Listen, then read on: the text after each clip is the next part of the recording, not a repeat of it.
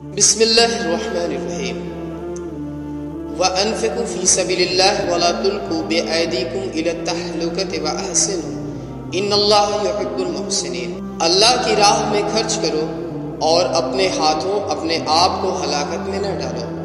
احسان کا طریقہ اختیار کرو کہ اللہ محسنوں کو پسند کرتا ہے۔ وَأَتِمُّوا الْحَجَّ بِالْعُمْرَةِ لِلَّهِ فَإِنْ أُحْصِرْتُمْ فَمَا اسْتَيْسَرَ مِنَ الْهَدْيِ وَلَا تَحْلِقُوا رُؤُوسَكُمْ حَتَّى يَبْلُغَ الْهَدْيُ مَحِلَّهُ۔ اللہ کی خوشنودی کے لیے جب حج اور عمرے کی نیت کرو تو اسے پورا کرو، اور اگر کہیں گھر جاؤ تو جو قربانی میسر آئے اللہ کی جناب میں پیش کرو، اور اپنے سر نہ موڑو جب تک کہ قربانی اپنی جگہ نہ پہنچ جائے۔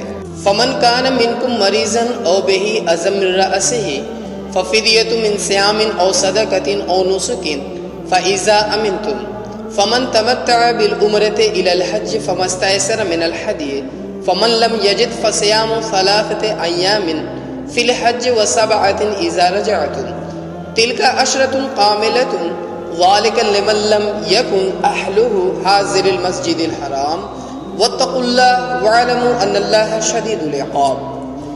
مگر جو شخص مریض ہو یا جس کے سر میں کوئی تکلیف ہو اور اس بنا پر اپنا سر مڈوا لے تو اسے چاہیے کہ فدیے کے طور پر روزے رکھے یا صدقہ دے یا قربانی کرے۔ پھر اگر تمہیں امن نصیب ہو جائے اور تم حج سے پہلے مکے پہنچ جاؤ تو جو شخص تم میں سے حج کا زمانہ آنے تک عمرے کا فائدہ اٹھائے وہ حسب مقدور قربانی دے، اور اگر قربانی میسر نہ ہو تو 3 روزے حج کے زمانے میں اور 7 گھر پہنچ کر اس طرح پورے 10 روزے رکھ لے۔ یہ رعایت ان لوگوں کے لیے ہے جن کے گھر بار مسجد حرام کے قریب نہ ہو۔